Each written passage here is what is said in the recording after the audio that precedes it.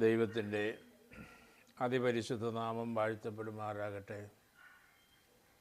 ഈ യൂട്യൂബിലൂടെ ഒരു ഭാഗം കൂടെ നമുക്ക് ഷെയർ ചെയ്യുവാൻ ദൈവം തന്നിരിക്കുന്നതായ വലിയ കൃപയ്ക്കും കരുണകൾക്കുമായി ഞാൻ ദൈവത്തെ സ്തുതിക്കുന്നു. കഴിഞ്ഞ ദിവസങ്ങളിൽ നിങ്ങൾ കാണിച്ച വലിയ സഹകരണത്തിനായി ഞാൻ ദൈവത്തെ സ്തുതിക്കുന്നു.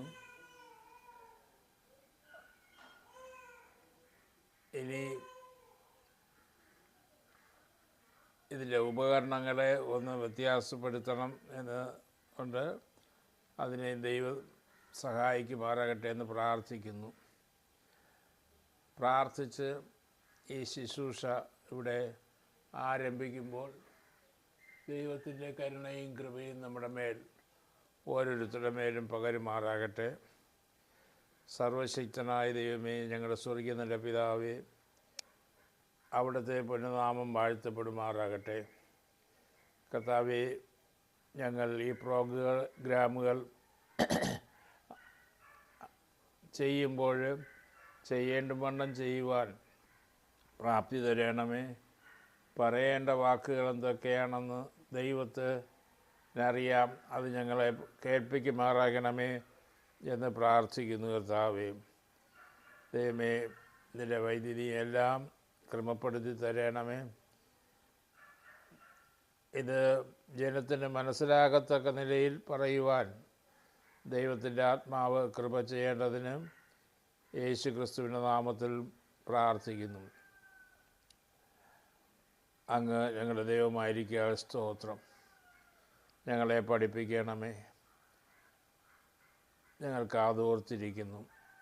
യേശു ഉപനാമത്തിൻ്റെ പിതാവേ, ആമേൻ. ഒരു സംഭവ കഥ പറഞ്ഞുകൊണ്ട് ഈ ഭാഗം ആരംഭിക്കാം എന്ന് ചിന്തിക്കുന്നു.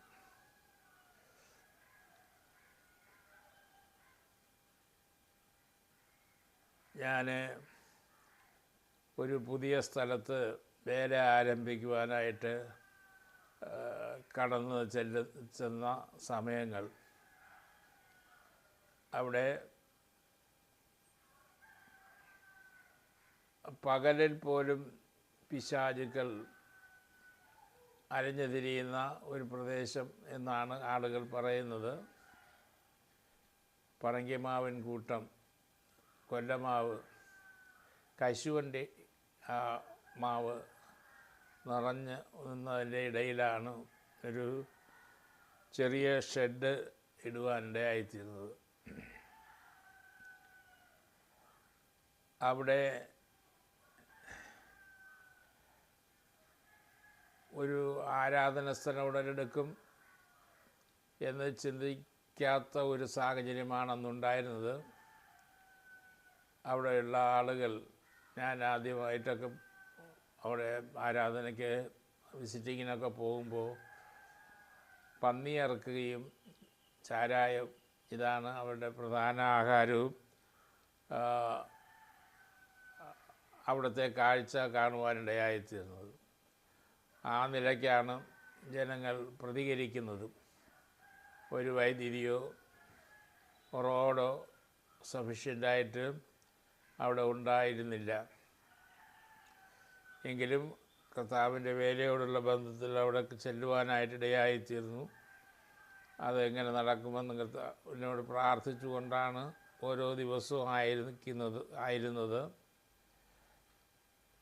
അങ്ങനെ വീടുകൾ കയറി ഇറങ്ങി യേശു ക്രിസ്തുവിൻ്റെ രക്ഷണീയ പ്രവർത്തനങ്ങളെക്കുറിച്ചും മനുഷ്യൻ രക്ഷിക്കപ്പെടണമെന്നതിനെക്കുറിച്ചും ലഘുലേഖകൾ കൊടുത്തും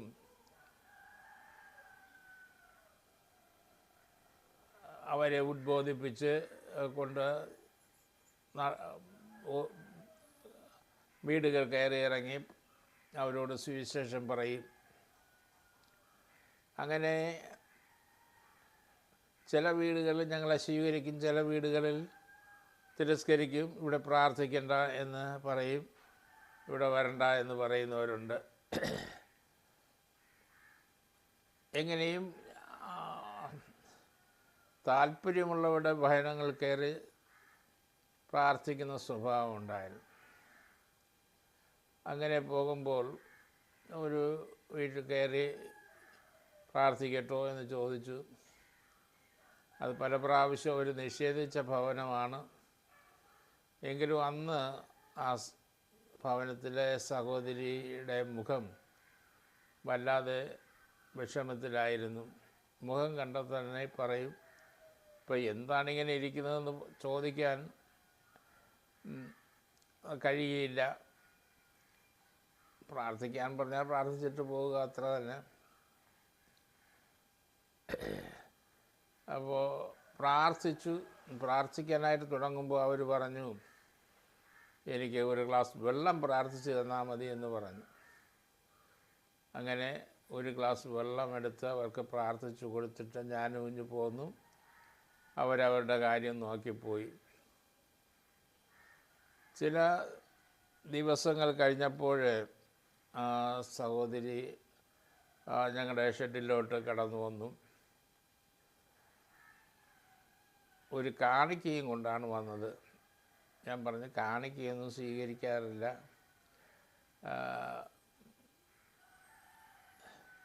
അപ്പോൾ പറഞ്ഞു, ഈ പള്ളി ഇങ്ങനെ കിടക്കുകയാണല്ലോ, പള്ളിയുടെ പുനരുദ്ധാനത്തിന് വേണ്ടി അത് ഉപയോഗിച്ചാൽ മതി എന്ന് അവർ പറയുവാനിടയ. അങ്ങനെ രൂപ സ്വീകരിച്ച് കാര്യങ്ങളെക്കുറിച്ച് അന്വേഷിച്ചു കൊണ്ടിരിക്കുമ്പോൾ അവർ പറഞ്ഞു, പാസ്റ്റർ അവിടെ വന്ന അന്നാണ് എൻ്റെ അവസാനത്തെ ദിവസമായിട്ട് എൻ്റെ ജാതകത്തിൽ കുറിച്ചിരുന്നത്. എൻ്റെ ജാതകം നോക്കി ഓരോ ദിവസവും ഞാൻ നീറി ജീവിക്കുകയായിരുന്നു.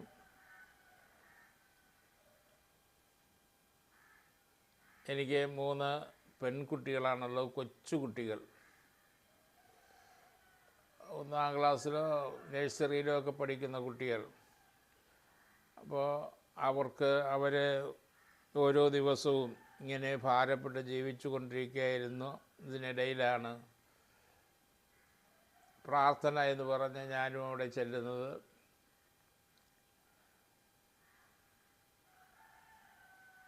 അന്ന് വെള്ളം പ്രാർത്ഥിച്ചു കൊടുത്ത ഉടനെ തന്നെ അവിടെ മനസ്സിന് ഒരു വലിയ രൂപാന്തരം ഉണ്ടായി. പല പ്രാവശ്യം പലവിധ പ്രാർത്ഥനകളും മന്ത്രവാദങ്ങളും ഒക്കെ ചെയ്തു നോക്കിയിട്ട് ഫലമില്ലാതിരുന്ന അവസ്ഥയിൽ മനസ്സിന് ഒരു സന്തോഷം തോന്നിയപ്പോൾ അവരെ മന്ത്രവാദം ചെയ്യാൻ വച്ചിരുന്ന പൈസ ആണ് ഈ കാണിക്ക എന്ന് പറഞ്ഞു. എനിക്ക് മന്ത്രവാദം പലത് ചെയ്തെങ്കിലും പിന്നെയും രക്ഷപ്പെടാൻ വേണ്ടി ഒരു മന്ത്രവാദം കൂടെ ചെയ്യണമെന്ന് ഒരാൾ പറഞ്ഞതുകൊണ്ട് അതിന് ചിലവാകുന്ന രൂപ ഇത് ഇരിക്കുന്നു എന്ന് പറഞ്ഞു.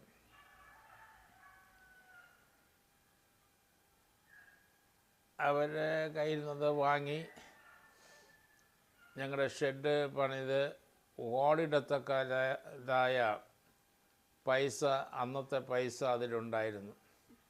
അത്രയും രൂപ അതിലുണ്ടായിരുന്നു. അപ്പോൾ അന്ന് മുതൽ അവരും അവരുടെ ഭർത്താവും കുഞ്ഞുങ്ങളുമായിട്ട് ആലയത്തിൽ വന്ന് കർത്താവിനെ സത്യത്തിലും ആത്മാവിലും ആരാധിക്കുന്നവരുടെ കൂട്ടത്തിൽ കൂടുവാനായിട്ട് ഇടയായിത്തീർന്നു. ഇന്ന് അവരുടെ 3 മക്കളെയും വിവാഹം കഴിച്ചു കൊടുത്തു. 3 പേരും കുടുംബജീവിതത്തിൽ ആയിരിക്കുന്നു. അതിൽ ഇളയ കുഞ്ഞ് കർത്താവിൻ്റെ വേലയിൽ വളരെ ശക്തമായി ദൈവത്തിന് വേണ്ടി പ്രവർത്തിക്കുന്ന ഒരു കുടുംബമായി രൂപാന്തരപ്പെടുവാനിടയായിത്തീർന്നു. അപ്പോൾ അവരെ പിന്നെ ആളുകളോടെല്ലാം വിളിച്ചു പറഞ്ഞു, ഞാൻ മരിക്കുമെന്ന് വിശ്വസിക്കുകയും അതിൻ്റെ ലക്ഷണങ്ങൾ എനിക്കുണ്ടായിരുന്നു. എന്നാൽ കർത്താവിൻ്റെ കൃപയാൽ എനിക്ക് ഇന്ന് രക്ഷപ്പെടുവാനും ജീവിക്കുവാനും ഇടയായിത്തീരുന്നു. ഇപ്പോൾ നല്ല പ്രായമായി. അവർ ഭാര്യയും ഭർത്താവും അവിടെ താമസിക്കുന്നു. മക്കളെല്ലാം ഓരോ കുടുംബങ്ങളിൽ അവരും താമസിക്കുന്നു. ഇപ്പോൾ ദൈവത്തിൻ്റെ കൃപ അവിടെ മേൽ പകർന്നു എന്നുള്ളതാണ് എനിക്ക് പറയുവാനുള്ളത്. ദൈവകൃപ മറിയയുടെ മേൽ പകർന്നതുപോലെ ഈ സഹോദരൻ്റെ മേലും ആ ദൈവകൃപ പകരുവാനിടയായിത്തീർന്നു. അങ്ങനെ അവരിന്ന് അവരും കുടുംബവും അവരുടെ മക്കളും കുടുംബവും സന്തോഷമായി ജീവിക്കുന്നു എന്നുള്ളത് കർത്താവിൻ്റെ നാമമഹത്വത്തിനു വേണ്ടി സാക്ഷ്യപ്പെടുത്തുവാൻ ഉള്ള അവസരമായിട്ട് ഞാനിതിനെ വിനിയോഗിക്കുന്നു. കർത്താവ് ഇന്നും ജീവിക്കുന്നു. കർത്താവ് ഇന്നും പ്രവർത്തിക്കുന്നു. ഇന്നും വിശ്വസിക്കുന്നവർക്ക് വേണ്ടി അത്ഭുതങ്ങളെ ചെയ്യുവാൻ കഴിവുള്ള ദൈവം, കരയുന്നവരുടെ കണ്ണുനീർ തുടയ്ക്കുന്ന ദൈവം, ഹൃദയം നുറുങ്ങിയവർക്ക് യഹോവ സമീപസ്ഥൻ, മനസ്സ് തകർന്നവരെ അവിടുന്ന് രക്ഷിക്കുന്നു എന്ന് തിരുവചനം പഠിപ്പിക്കുന്നു. കണ്ണുനീരോടുകൂടെ വേദനയോടുകൂടെ ആരൊക്കെ കർത്താവിൻ്റെ പാദപീഠത്തിൽ കടന്നു വരുന്നുവോ അവർക്ക് ആശ്വാസപ്രദനായ ക്രിസ്തു കൂടെ ഉള്ളതിനാൽ നാം ദൈവത്തെ സ്തുതിക്കുകയും ഈ ദൈവത്തെ കണ്ടുമുട്ടുകയും ചെയ്യുന്നു. ഇന്ത്യയിൽ 33 കോടി ദേവന്മാരും ദേവികളും ഒക്കെ ഉണ്ടെന്ന് പറയപ്പെടുന്നു. എന്നാൽ ക്രിസ്തുവിനെ ആളുകൾ എന്തെന്ന് സേവിക്കുന്നു എന്ന് ചോദിച്ചാൽ അവർ ഒരു കാലത്ത് ഈ കല്ലിനെയും മണ്ണിനെയും മരത്തെയും ഒക്കെ സേവിച്ചിരുന്നു. എന്നിട്ട് അതിന് അവർക്കൊരു സമാധാനം കൊടുക്കുവാൻ കഴിയാതിരുന്നത് കൊണ്ടാണ്. അല്ലാതെ ഉപ്പുമാവിനും പൊടിയേരിക്കും ആട്ടിൻകുട്ടിക്കും വേണ്ടി മാനസാന്തരപ്പെട്ടതല്ല. അവരുടെ മനസ്സിന് രൂപാന്തരം വന്നപ്പോൾ അവർ ദൈവത്തിൻ്റെ ഭാഗത്തേക്ക് കടന്നു വന്നു.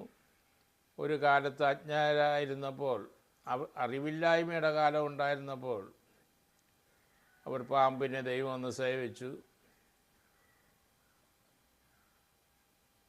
എലിയെയും പൂച്ചയെയും പശുവിനെയും കാളയെയും ഒക്കെ ദൈവം, കാണുന്നതിനെയൊക്കെ ദൈവം പറഞ്ഞു. തീയെ ദൈവം എന്ന് പറഞ്ഞു. സൂര്യനെയും ചന്ദ്രനെയും ഒക്കെ ദൈവം എന്ന് പറഞ്ഞു.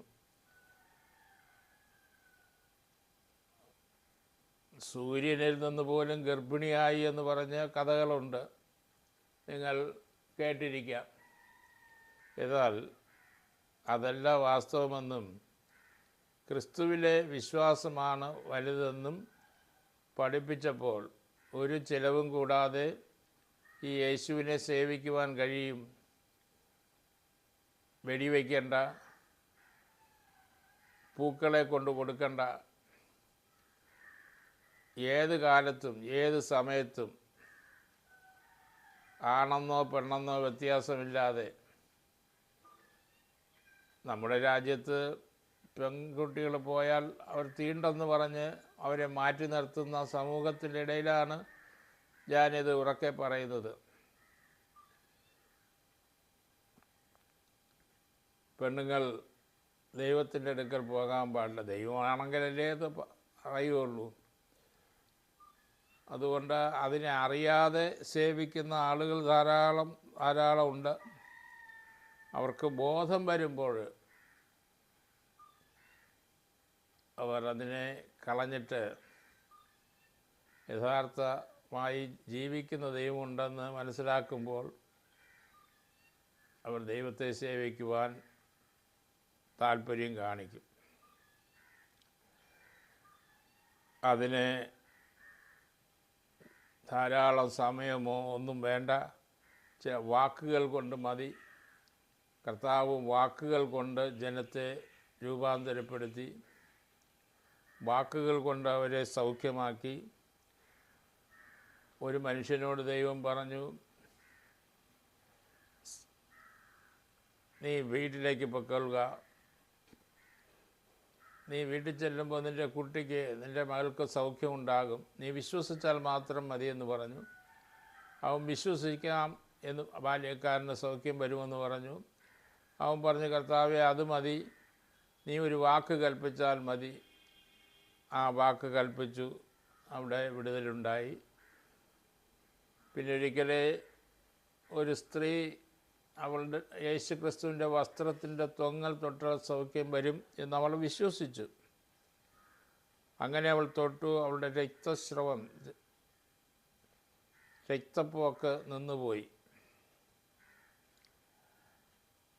ഇന്നും പ്രാർത്ഥനയിൽ വിശ്വസിക്കുന്ന നിങ്ങൾക്ക് ആർക്കും വിടുതൽ തരുവാൻ കഴിവുള്ള ദൈവം നമ്മോടുകൂടെ ഉണ്ട്. നമുക്ക് ഈ ദൈവത്തെ സ്തുതിക്കാം, പ്രാർത്ഥിക്കാം. ഈ അല്പസമയം നിങ്ങൾ വചനങ്ങളെ കേട്ടുകൊണ്ടിരുന്നത് കൊണ്ട്, അനുഭവത്തെ കേട്ടുകൊണ്ടിരുന്നത് നന്ദി പറയുന്നു. ഇപ്പോൾ രോഗികൾക്ക് വേണ്ടിയും നിരാശപ്പെടുന്നവർക്ക് വേണ്ടിയും പ്രാർത്ഥിക്കുമ്പോൾ അവർക്ക് വിടുതലുണ്ടാകട്ടെ, വിശ്വസിക്കുന്നവർക്ക് വിടുതലുണ്ടാകട്ടെ. ഹല്ലേലൂയ, ഹല്ലേലൂയ, ഹല്ലേലൂയ, ഹല്ലേലൂയ. അത്ഭുതങ്ങളുടെ ദൈവമേ, ഞങ്ങളുടെ സ്വർഗീയ നല്ല പിതാവേ, അവിടുന്ന് ജീവിക്കുന്ന ദൈവമായിട്ട് കൂടെ ഉള്ളതിനാൽ സ്തോത്രം. മനുഷ്യനുണ്ടാക്കുന്ന പണികളിൽ ദൈവം വാസം ചെയ്യുന്നില്ലെന്നും, ദൈവം വാസ്തവമായി ദൈവമായിരിക്കിയാൽ സകലത്തെയും സൃഷ്ടിച്ചവനാണെന്നും ഞങ്ങൾ വിശ്വസിച്ചുകൊണ്ട് അങ്ങയുടെ പാദപീഠത്തിൽ കടന്നു വരുന്നു. ദൈവമേ, വേദനയിലായിരിക്കുന്നവരെ, കർത്താവ് അധ്വാനിക്കുന്നവരെയും പാപം ചുമക്കുന്നവരെയും പാപഭാരത്താൽ വലയുന്നവരെയും വിടുവിക്കുവാനാണല്ലോ വന്നത്. ദൈവമേ, നീതിമാന്മാരെ അല്ലല്ലോ വിളിപ്പാൻ വന്നത്. അതുകൊണ്ട് ഈ സമയത്ത് ജനത്തിനു വേണ്ടി പ്രാർത്ഥിക്കുന്നു. ഈ ശബ്ദം കേൾക്കുകയും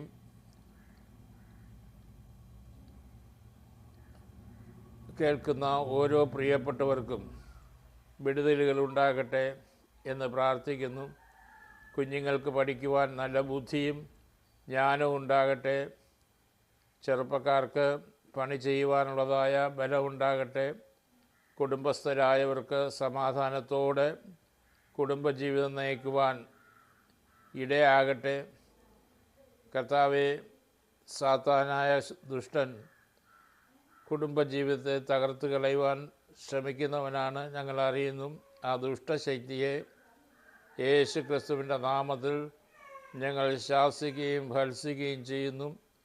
അത് ദൈവമേ ജീവിതങ്ങളെ വിട്ടുമാറട്ടെ എന്ന് കൽപ്പിക്കുന്നു.